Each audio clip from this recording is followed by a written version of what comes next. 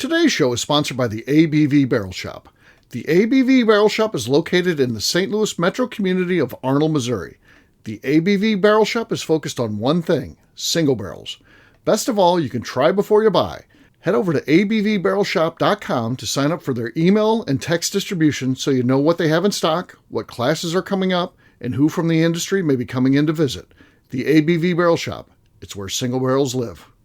We're also sponsored by the Bar to Go. The Bar to Go offers traveling minibars that are no bigger than a small purse or toiletry bag.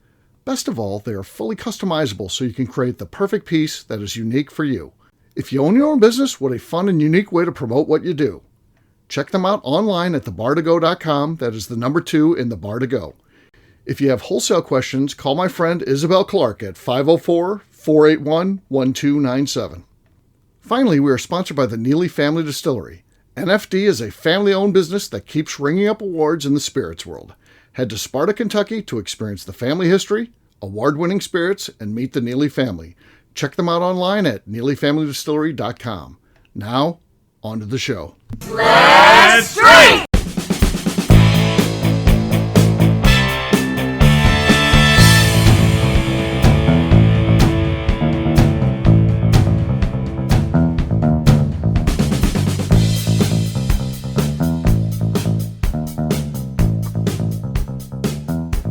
Welcome to the Bourbon Daily, the podcast about everything bourbon delivered to you every day of the week. Today on the show, we discuss the time Heaven Hill's competitors saved that company. My name is McNew. Please join me in welcoming my co-host Steve Agley, along with our special guests Tim Swyatt, Kathy Cool, and Vaughn Nieters. Hey gang, what's up? Hello. When McNew, in my mind, I finished her sentence for her when she's like, when they saved that company. I thought she was gonna say when they saved their ass, but she didn't say that. Yeah. That probably it just seemed to better flow. Yeah, it would have flowed good. Yeah, I got to write it that way, I guess. So yeah, if it wasn't written, she's not going to repeat it. So she's right. Ron Burgundy over here reporting to you. So before we get to our topic of the day, we talk about Heaven Hill. McNew, you said there's something you wanted to talk about. What is that? Yeah, so I'm going to use you guys for my own research again. For 2024, I've decided I want to visit more museums. I'm very bored, but I'm bored with life. I like museums though, so I want to visit more. What is your favorite museum in your state? You Missouri people have to pick all different ones. State, city, whatever. I mean, and they're fun. Like, I love a museum. They're not expensive to go to. So whatever's a fun little day trip for me, I want to St. Louis Art Museum's fantastic. I'm going to grab that one. That's a good one. It really is a good one. It's a great museum. It's free. All the stuff in Forest Park, it's free, which is fantastic. Yeah. Is that the one that had the sculptures in the park? Yeah. No, that was art sculptures in the park. Oh, no, you're talking about Lomar Sculpture Park? Maybe. Yeah, that's all the botanical gardens. Didn't the botanical gardens have the? They did it to glass. Yeah, there was like an eyeball. There was like an eyeball. That's Lomar Sculpture Park. Yeah, the sculpture park. The eyeball's the highlight. The eyeball is fantastic. That's 10 out of 10. The rest of it, it's just a cool park. It's a cool park. Yeah, but it's not like it says the art museum. If you want to go see art, go to the St. Louis Art Museum. It's fantastic. And it doesn't have to be an art museum, just any. I know, but really, it is. It's a good one. Okay. Yeah, I say City Museum. City Museum. No, she just elected not to go to that one because someone told her. Foz not told her. Who doesn't even go there? It's too crowded. So I was in town on a Saturday, and I said, I really want to go see the City Museum. He said, McNew, you hate kids. Saturday's not going to be your jam. And I was like, you're probably right. I need to go on a random Wednesday when they are not children. So I want to go, and it's fun for me. So I proper planning. But it looks fun. It's been on my list forever. I've just never been at a convenient time. So I did heed his warning that I would fucking hate it on a Saturday, and I don't think he's wrong. So I'm going to send you to Branson, Missouri. Okay. To see the Titanic Museum. Titanic Museum. Because if any place is going to have a museum about a large ship that is sunk in the ocean, it's going to be right in the middle of the continental United States. So is it like a copy of the one in Pigeon Forge or Gatlinburg? Yeah. Gatlinburg also has one. Is it like probably? It's the same thing. It's cool. It's actually nice. It's good. But yeah, it's the same company owns those. So okay. I can definitely do Branson. Writing that one down. Yes, go to Branson. McNew and Branson. Especially if you Let me don't call like Bo. kids. Let me call Bo and and So get Branson the- is going to be full of children and seniors. Yes, a lot of seniors. If you go there, you got to go to the Ripley's place. We got a Okay, little so Ripley's. believe it or not, Missouri's fucking. Gotta go see the bearded woman statue. Gatlinburg of Missouri. Is that what this is? Yeah, Branson. Oh yeah. Essentially. Gatlinburg of Missouri. Okay. Well, Gatlinburg But might be the worse. Branson of Tennessee or whatever. It's I think Branson's like the OG, right? I mean, they've been doing Branson's that forever. probably the OG. Yeah, Yeah, that's been there yeah. for And you know 60 what? years. There's Yeah. a, Andy Williams used to play there. He had a Oh, residence stay at like the Super 8 motel there. Yeah, he was Right? at the Super 8. Yeah. Y'all don't Probably have a still there. though. You don't have the Dollywood. we don't have the Dollywood. We don't have Yeah, Dollywood. Silver Dollar There's City. There's a really fun little museum under the arch. So you could go up into the arch, Yeah, you want through to do the that arch, at and some then point. go down into the basement area. There's a really nice museum down there I about would agree with that. I've done that. That's a good That'd one. be cool. the building of it. It's actually the Jefferson Expansion Memorial. Yeah.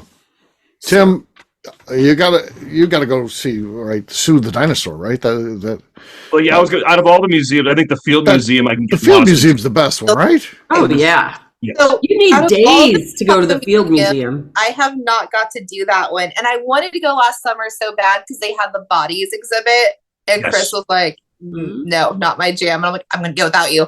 But I So never did. McNew, the good thing for you is there's no public transportation to the Field Museum. Good. I can just try. So the general and I will drive you and Chris down there. We'll do the whole thing. Then we'll come out to the burbs where it's safe for you without having to worry about things and go to Bobby's again or something like that. We'll go find another bourbon bar, maybe by the Brookfield Zoo. We can go hear the animals roaring while we're drinking bourbon, which would be really cool. That would be fantastic. I love that. Yes. Let's schedule it. I'm in.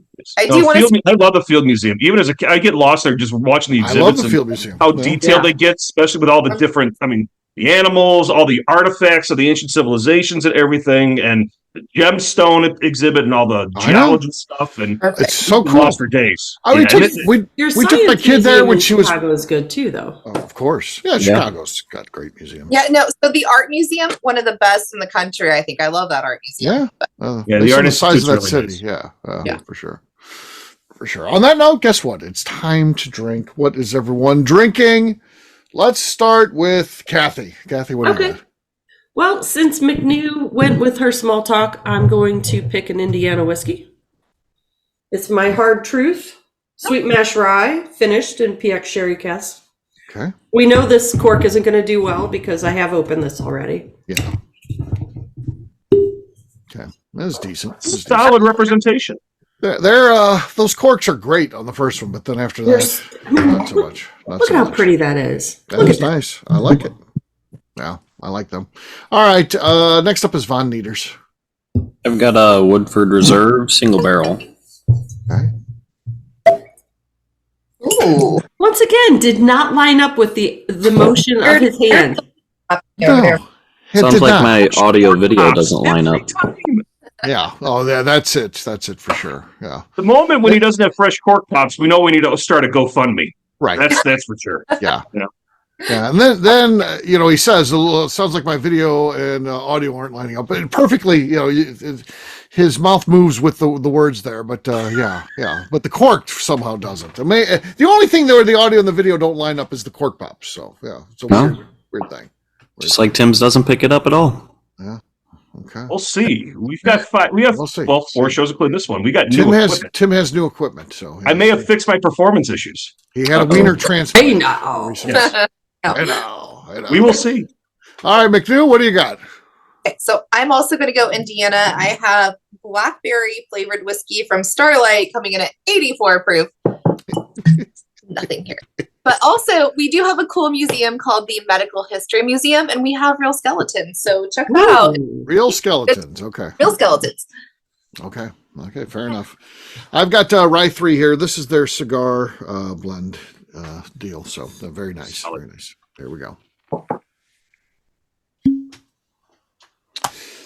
It was not good. It was not good. Even though someone tried to railroad my cork pop, It was just a bad cork pop still, though, so that's depressing. All right, Tim, your last but not least, you got to beat Von Nieters, who's cheating, but we can't quite catch him. It's hard to do. Right. I did back in the archives here a little bit. I'm going with an Indiana whiskey, but this is one's with Buzzard's Roost with Bronner's signature there from 2020. Oh, so 2020 Bronner's signature. Nice. COVID. It's a COVID signature. It's I know. Exactly. It is a COVID signature. I think he was absolutely hammered when he drove the interview. Whatever. Slight on the set. And it was very Slight on the set. Yes. It was. Yes. Yeah. Well, even we the call it cork Slight on the listened. set. So yeah. Yes. Cheers, gang. Cheers. Von Nieters wins Again. All right. We'll take a quick break, and then when we come back, we're going to be talking about the time when the competitors saved Heaven Hill's ass. We'll do that in just a few.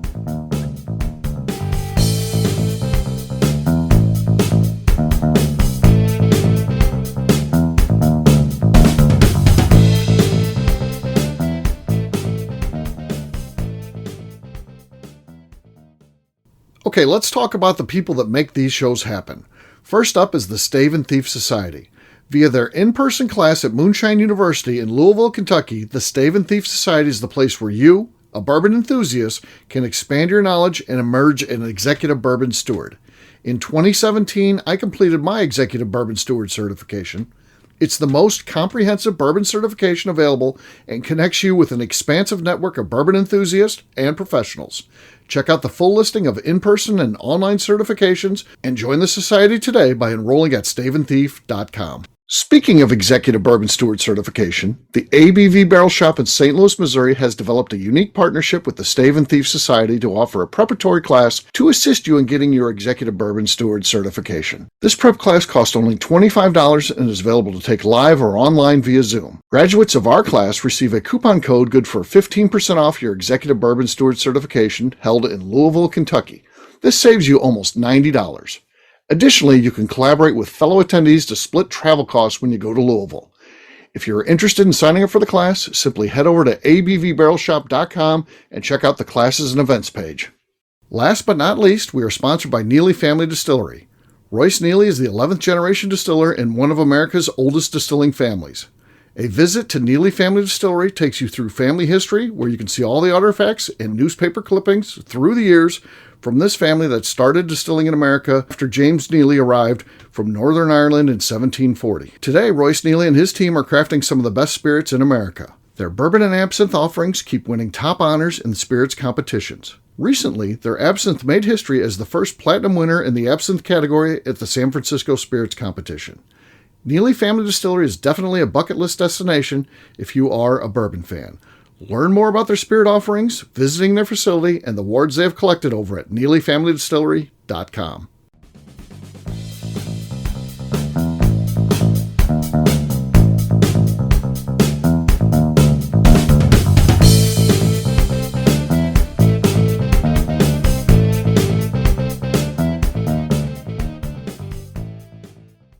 This is Evan Nieters, and you're listening to the Bourbon Daily. Cheers.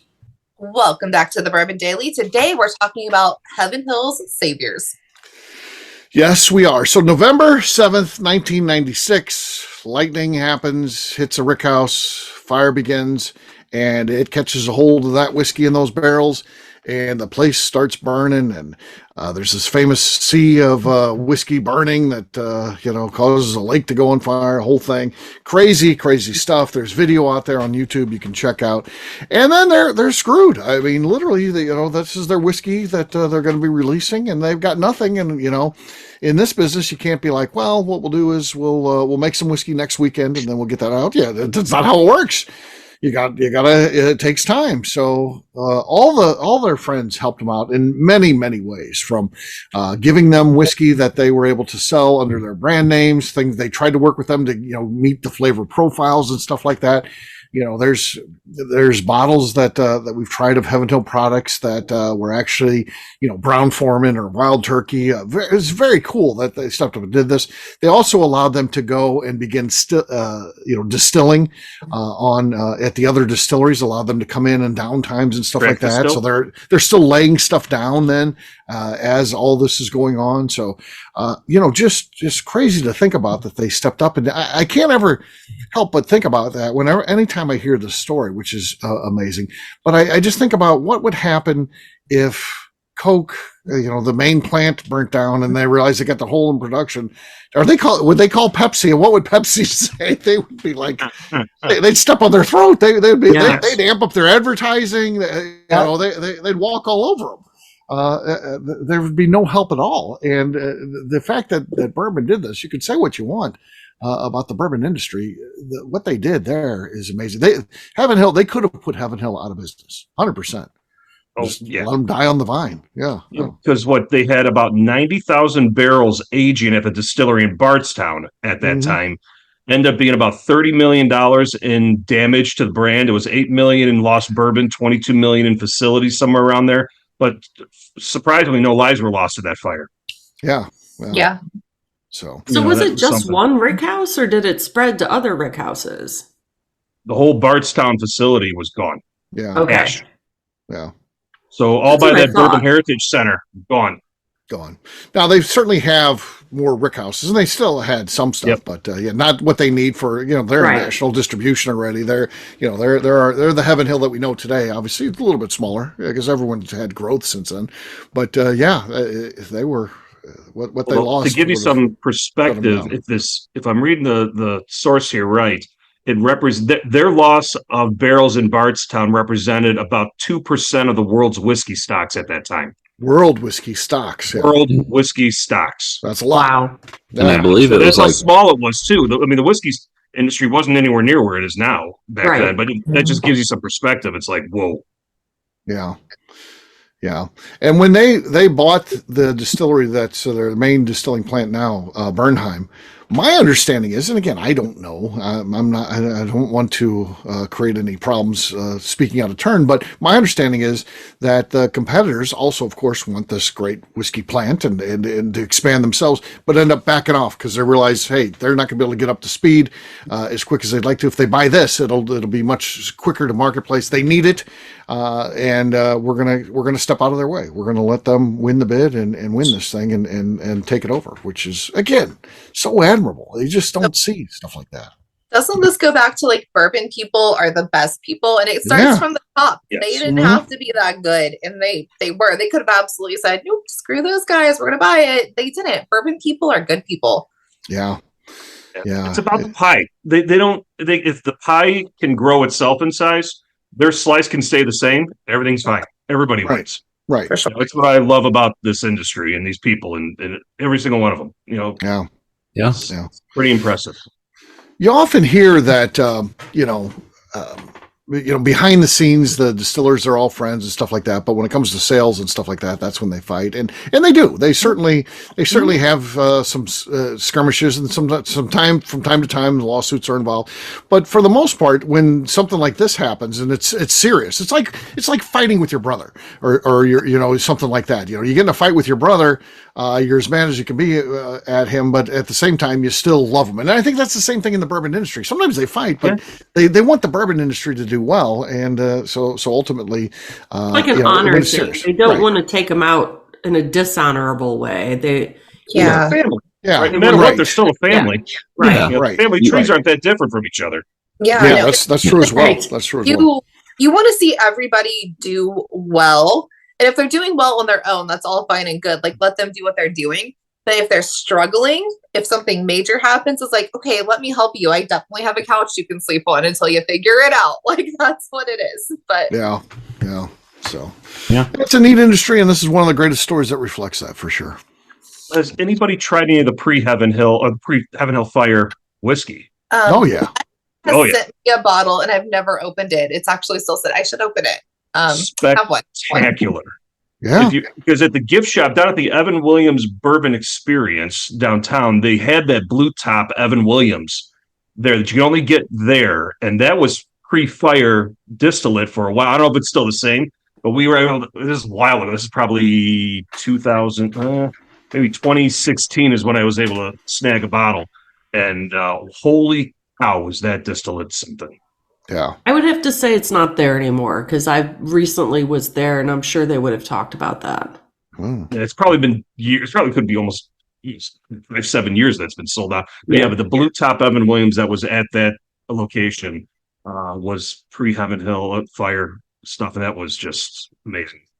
Yeah. Well, they issued the 20th anniversary or something like that of this too as well. Yeah, they did. Yep. Yeah. Yeah. So, well, there you go. There's a little bit about the collaboration that happens behind the scenes, how the industry helps one another, lifts one another up when they need it, while they still compete out there. It's they realize this is a smart industry that realizes they need all the competitors to be strong. And as long as someone is not doing illegal things or things that infringe on the others, stepping on their toes by infringement of copyrights and trademarks and that kind of stuff. No dripping red wax. That's right. No dripping red wax. You do a lot of things, but you can't drip that red wax. Yeah, that'll get you every time. So there you go. All right. On that note, we're going to wrap this one up as we always do by talking about where people can find us. Von Nieters, we're going to start with you. Where can people find you? You can find me on Instagram at Von Nieters. All right, Kathy. You can find me on Instagram at KKCastStrength. Tim. You can find me on Instagram at SwyGuy2112. All right, McNew. On Instagram at McNew ABV. For me, I'm an easy guy to find. I'm at Steve Akeley on Twitter, Instagram, or Facebook. I've got a website, steveakeley.com. We've also got that company website, abvnetwork.com. You got to check that out. Everything that we do is out there. But if you want some information about our movies, we put that stuff out there. Very cool stuff. Definitely things that you want to see. So check us out online, abvnetwork.com. Come by and see us. The ABV Barrel Shop. You never know what's going on there. Maybe we're recording a podcast. Maybe we've got some guests, people from the industry in. Maybe we're just sitting around and drinking a little whiskey and talking about it. No matter what's happening there, it's going to be fun. So check us out online, abvbarrelshop.com. McNew, anything else to say before we get out of here? I would like to remind the audience to please give us a 5-star review. That includes comments. It helps new people find the show, which is very important to us. And if you like what we're doing, we ask that you please visit our Patreon page at patreon.com/theABVNetwork. Great job today, gang. Farness, we'll have a brand new show for you tomorrow. Looking forward to that. Until then, take care, everybody. See ya. Bye. Hey, everyone. Bye. Peace.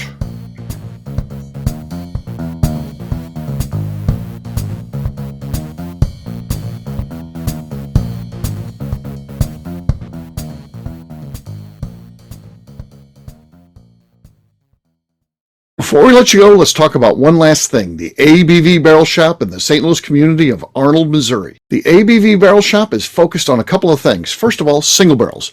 We are the place where single barrels live. We go to distilleries, taste through the whiskey, select the best barrel, and have it shipped to our store where we present it to you, our customers, by allowing you to try before you buy. We're also known for the classes that we have in our education center in the store, as well as the events we have with industry professionals from the bourbon business. If you're in the St. Louis area, please come by and visit us at 6 Fox Valley Center in Arnold, Missouri. Or at a minimum, at least sign up for our email and text distribution so you know exactly what's going on in our shop over at abvbarrelshop.com. This is Steve Akeley, owner of the ABV Network, signing off. We thank you for listening to our programming and truly appreciate your support. The Bourbon Daily is part of the ABV Network. For more information or to become a sponsor, please visit abvnetwork.com. Thanks for listening and cheers. This has been a Steve Akeley production.